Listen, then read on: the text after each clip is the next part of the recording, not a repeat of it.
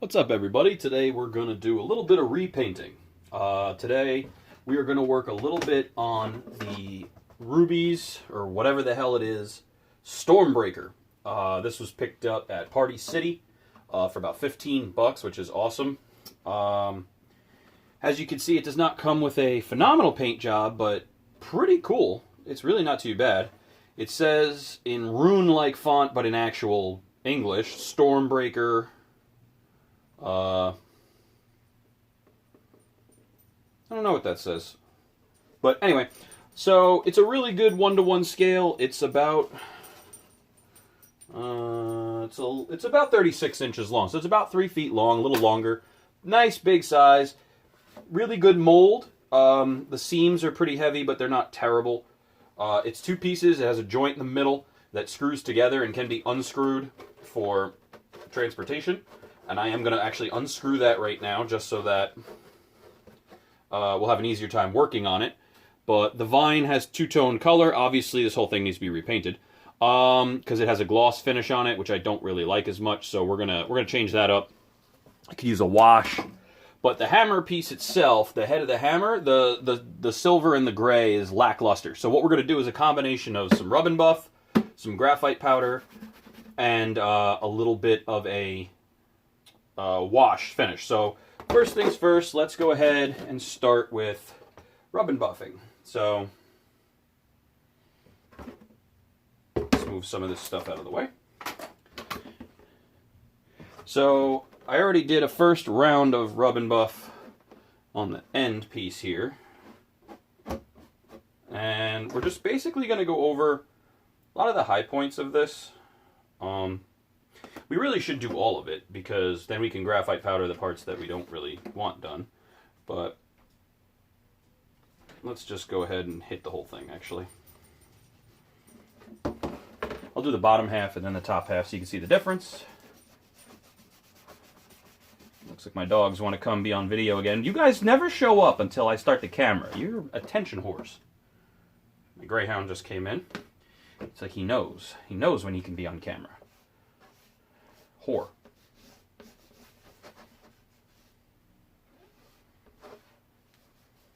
So the point of the rub and buff is that it gives it a nice even coat to base on, and then the graphite powder sticks to that really nicely. It also makes sealing a lot easier. So I don't want to go too close to the wood finish, but I mean, honestly, we need it all anyway, so I probably, since I'm going to repaint the wood anyway, we're going to go ahead and get silver on that wood. You can tape it off in the future if you want to do it. So it's like, oh, well, I'll just put tape over it and then that'll cover it, and that'll work. So we're just going to go in, because a lot of the, looks like they did the wood coating last, because a lot of the, looks like the entire thing was coated in gray or done in gray first, then they did the silver on the hammer, then they did the brown, and then they went back in and did final silver dry brushing, because if you look here, you can see underneath, this is all gray plastic, so. But already, you can get an idea. That is bottom versus store-bought on top. And we do want to get some of that gunmetal look to it. So we are also going to use some, for doing the wash, we're going to do some of this guy. Let's see if I can get it in the light. You can actually see what the hell we're doing. Oh, you know what? My light bulb died. This is a... It's a pearlized black airbrush, pre-diluted airbrush mixture. So that's actually going to be what we use to get the look. And so, like I said, we're going to repaint all the wood coloring and everything anyway. You could sand it too to get some of these edges out of there, Dremel out some of these edges, but we'll cross that bridge when we come to it later. Let's see how this looks first, and then we'll worry about that stuff. And for application, you can use a number of different things. My preference is to use this makeup applicators. I like them a lot. They do what I want. It's what I prefer. And you don't press hard when you have the initial amount of gunk on it. You just go over lightly, and then as you want to spread it out, that's when you start to add the pressure. Because otherwise, you'll get silver in your crevices, and it'll distort the look you're going for. So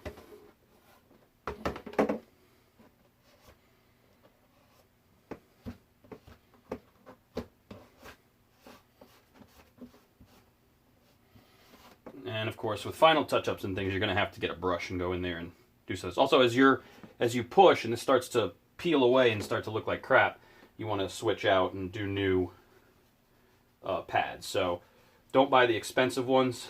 Don't go to like Ulta and buy the expensive ones. Buy the cheap ones at Target or in your supermarket.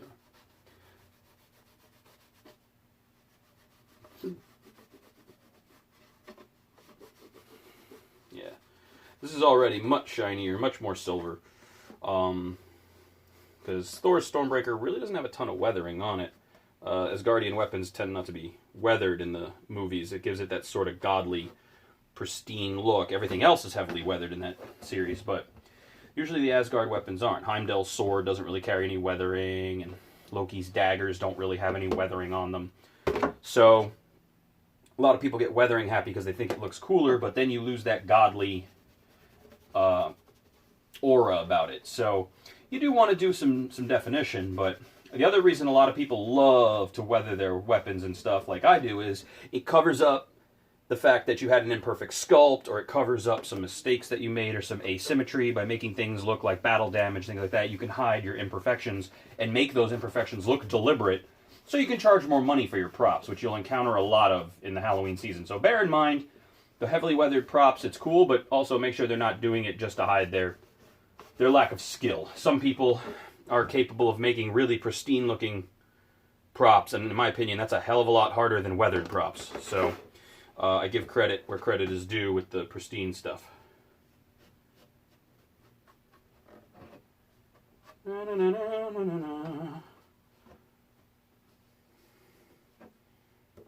just get in here. And we are going to go over the wood too in this video. I'll just do some light paint and things like that. I don't want to spend all day here, but it should be about as short a video as I can make it. The real fun is when we get the graphite powder and start doing that. So.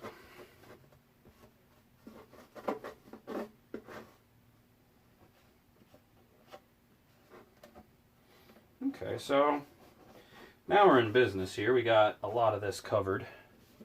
I think we're in good shape. How does this look? This looks pretty good.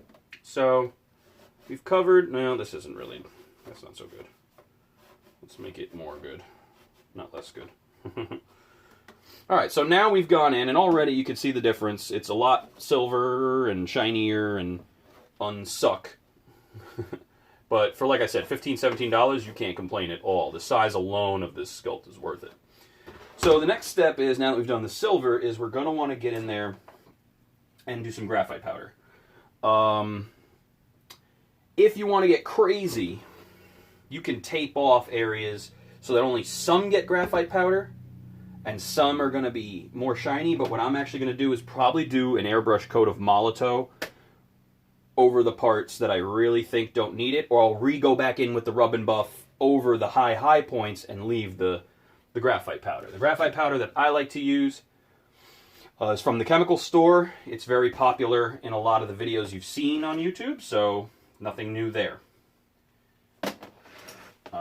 It is, however, if you're getting generic, it's less than 5 microns, so that's what I recommend using. I get the best results with that. Love it to death. Used it a lot with my Mandalorian. I just dip my brush in and I just start going to town.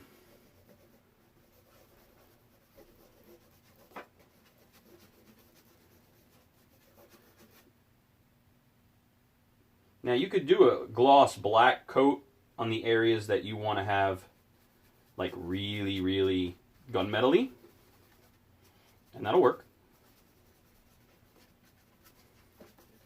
Now, because this actually is such a large surface area, I'm now wondering if it's not a smarter idea to do this another way.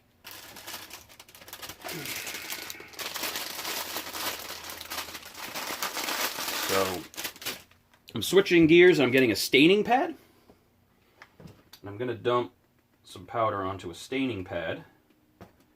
And I'm going to spread that ever so slightly. Now remember, when using graphite powder, I want you to be able to hear me, but please use a mask.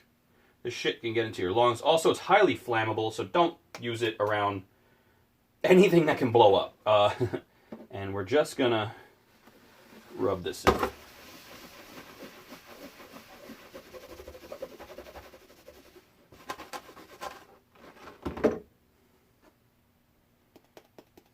Let's just dump some on. It'll make our lives easier. Get in all there. And all it does is just put a little bit more of a buffable finish on the whole thing. But watch the seams. Obviously you can hear it scraping. It's like meet, meet, meet.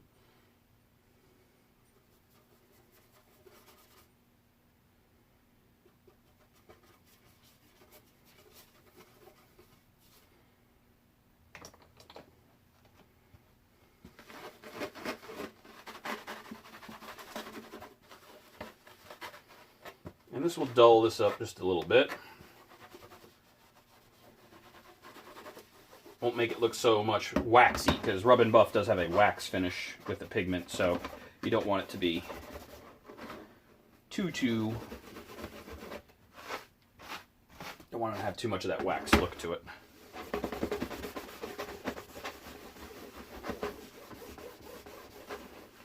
Okay. So now that we've gone over with a little bit of graphite powder, just to give it a little bit more of a buff shine look, you can see in the light, it catches really nicely. So the next thing we need to do is darken the areas that we want to make darker, and that's where this comes in. We're actually going to keep this staining pad that has the graphite powder in it, because I believe that's what they use to make the pearlized look. As you can see, graphite powder gets all over your shit, so gloves are also probably a really good idea when dealing with that. The reason I like the pearlized is because it allows us to keep the metal look even though we are going in to darken. So using acrylic will flatten out your shine, and that could be less than what you want. Let's go ahead and use this brush today. Cheap brushes are great for weathering because they don't hold their shape. So we're just going to go in and do some droplets.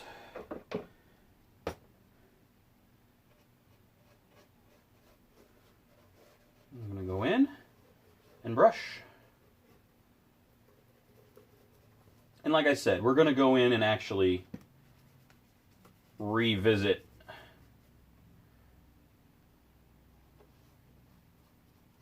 with the Rub and Buff some of this stuff. So I like the Rub and Buff.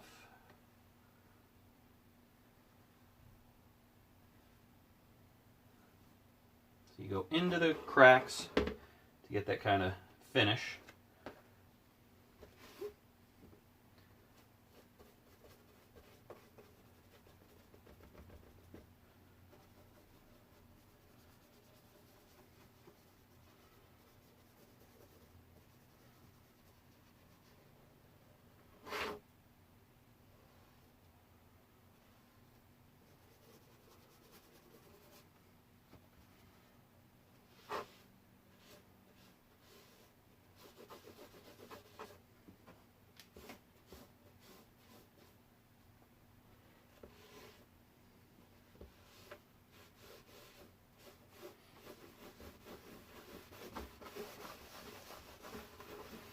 Like I said, you just go in. Once you get it in the crevices, you go over in general. And the goal is to not let the bright silver sit in the crevices. The goal is to get that in first. Then you can take the pad with the graphite powder, because again, this will take the graphite, pull it out of the pad, and cover your whole thing and darken it even more. So when we go in with the Rub and Buff later, again, to highlight, you get a better finish. You're going to get the tops. And again, just stroke it on. It's not complicated, it's just tedious. And the other thing is with metal, do your best to streak it in the same direction. It will give you that brushed metal look if you can do that. So, as we continue to go in and do that, this allows us, I don't really feel like we got in there very well.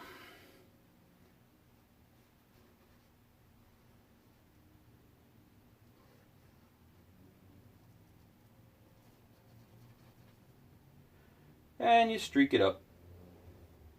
It'll look nice.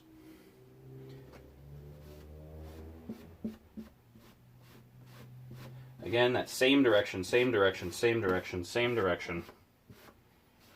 So if you look at this side versus that side, you start to see the difference. So again, you go in,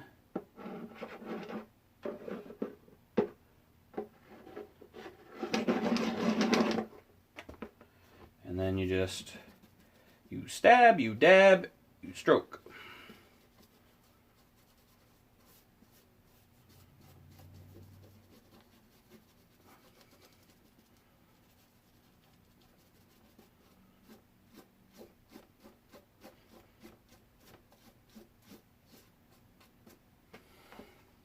And then you take, and you pull, and you pull, and you pull, and you pull.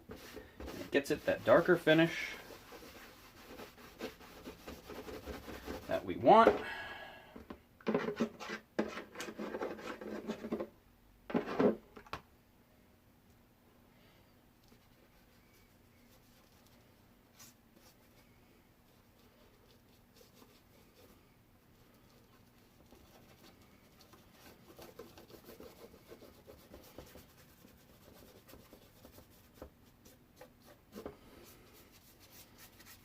Get the bottom, get in there.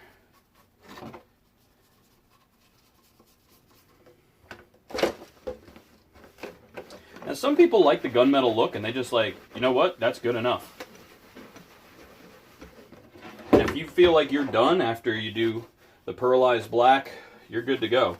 The reason I don't recommend airbrushing is because of the soft edges. With anything metal, you don't want soft weathering or soft edges, you want harsh. Harsh gives an illusion of weight. It makes it look like metal. Soft, better for fabrics. You know, your softer stuff. So any armor or things like that that don't have that harsh edges, or leathers, very good with fades and things like that. But you do not want to do that with metal, especially not forged metal. Really old, like poorly made metal, like peasant metal, things like that. Stuff that's the weapon of a poor man. That kind of stuff you want to do. So, for example, if you were going to do like Aragorn's ranger sword, that makes sense to have some soft weathering on the blade or something like that. But if you're going to try, or maybe Boromir's sword, but if you're doing one like one of the high elf swords, something forged in Gondolin, or anything like that, then you're going to want to have that pristine, hard-edged look because they're supposed to be master craftsmen.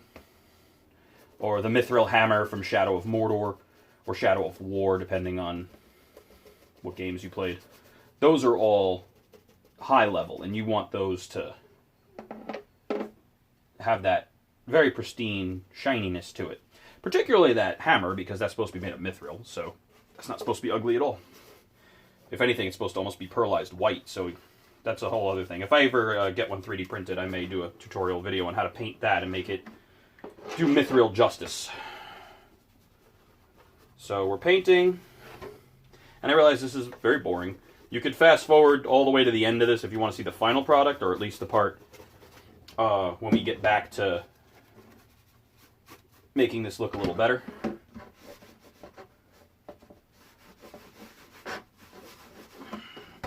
And wow, that looks a lot better. You remember how bright and shiny it was when we first went over it, and you know, that's the best part about Halloween when these cheaper props come around, is that when I was a kid, they just didn't put the detail into prop making that they do now. So now you can buy these store-bought things that are 1-to-1 scale, and they're a perfectly good base to repaint and make yourself a really nice prop.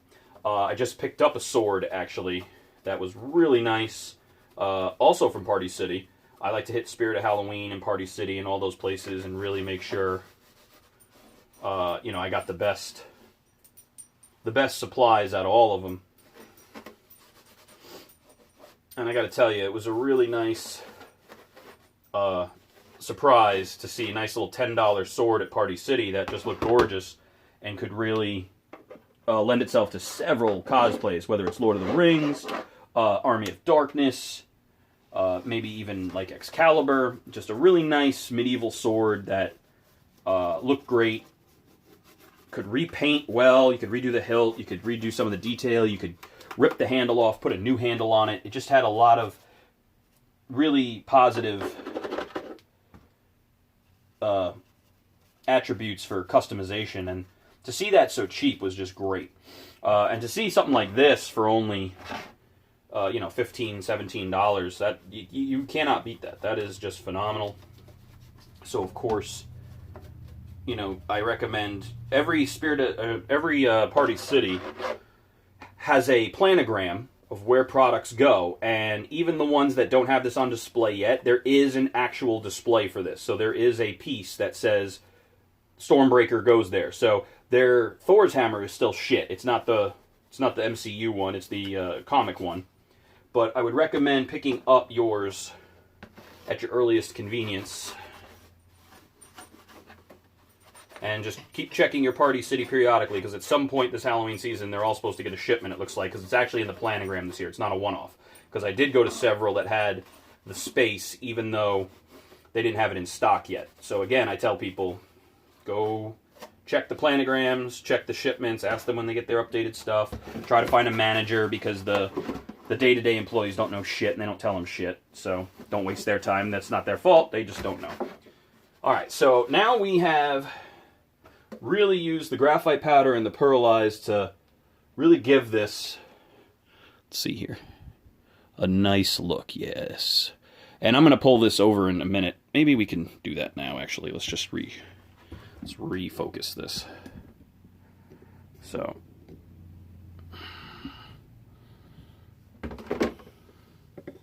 let's check this out.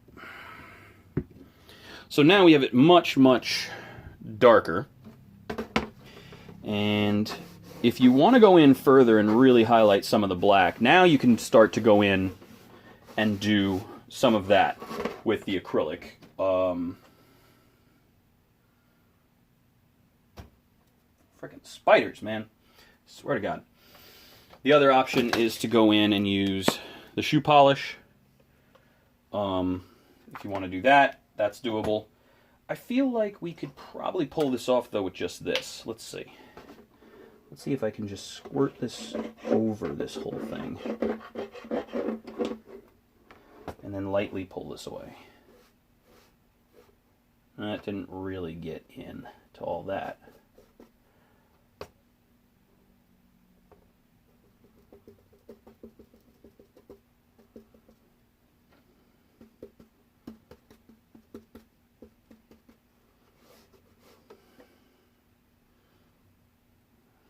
Some of this not quite as dark as we would like, but again, you can fix that with a black wash. But anyway, let's go ahead and keep that.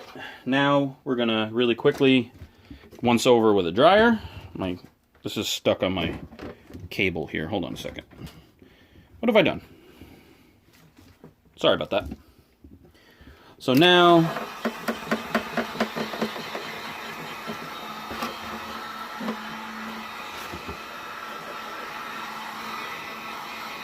that Stormbreaker is starting to look mighty fine. Maybe a little bit more drying on the... Okay, next thing on the list, we really did get into some of these crevices, so... Alright, now that we've done that, we really do have to go in again and highlight some very silver stuff. So, the first thing we're going to do is Molotow pen.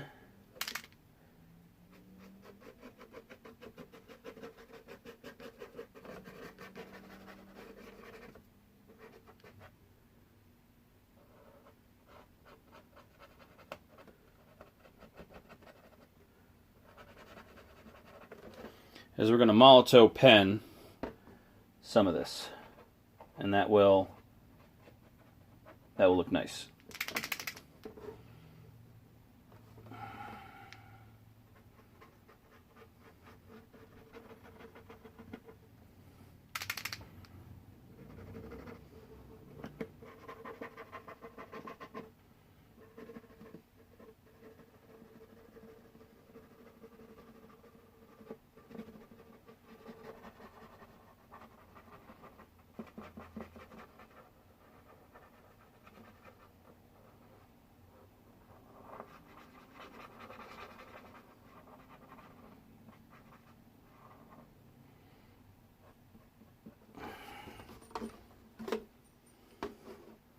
And I recommend having a haunchy refill for these guys handy, because they can run out on you. So we're going to get a little bit of that going. And I think that will look very nice. Just for shits and giggles, I think I want to go in here. We'll get inside the tree trunk a little bit. Create some distinguished parts, and then going into the trunk with a hammer half, if you will. Also, it would be really interesting to do this in gold, because then it's a little bit more Beta-Ray Bill. And I haven't really seen too many people tackle a good Beta-Ray Bill. And I would like to see that, because that's a pretty cool character. So.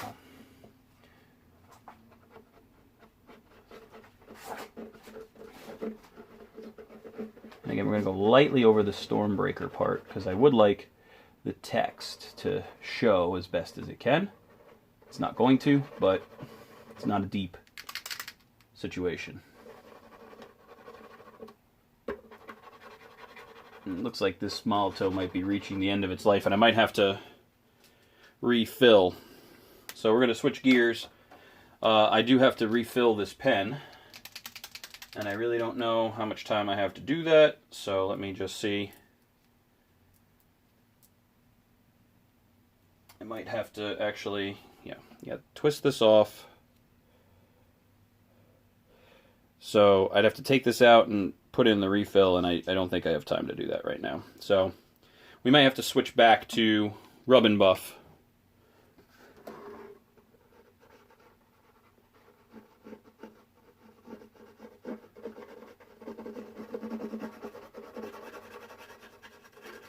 Yeah, we're going to have to.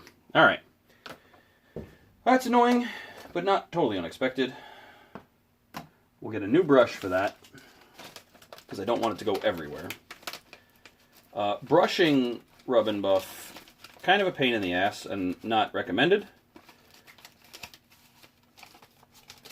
but doable. You can do a light coating with it to start, which is I think where we're going to start from, because as I said, you can always go back with the brush and revamp the dark spots. So the first secret is make sure you're doing it lightly, so have a rub off point. So you can really do that with just about anything, like even this over here. We can just do a quick, and now it's light. And so we just grab it, do a little streak. The goal is to not press, because you don't want to get down into the stuff that you don't want highlighted.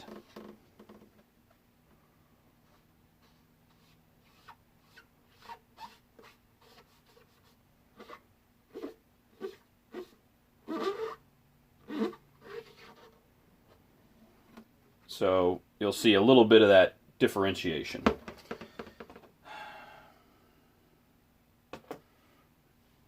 The more narrow you can get it, the better.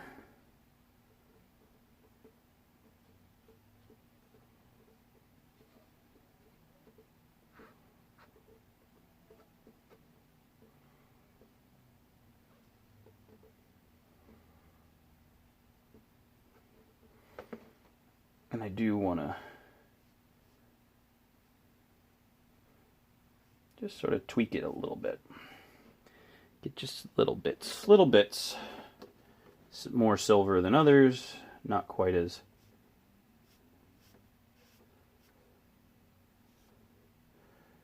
something as simple as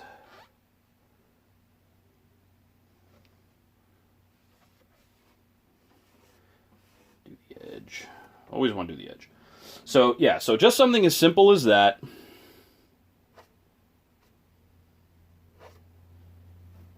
To make it stand out, to make it pop a little bit. And we'll go all the way around, and you'll do the silver head cap. So, all dark highlights. I think that is the way to do it. And then, of course, you'll want to go in and actually brown up your browns at some point. And get that looking like wood again.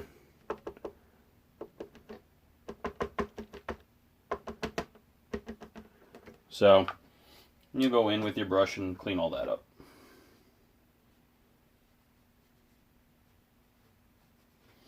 But that's pretty much how we're going to do Stormbreaker. So I don't want to take up any more of the video, but in the end, let's do a quality check. So now that quick repaint gives us a little bit of definition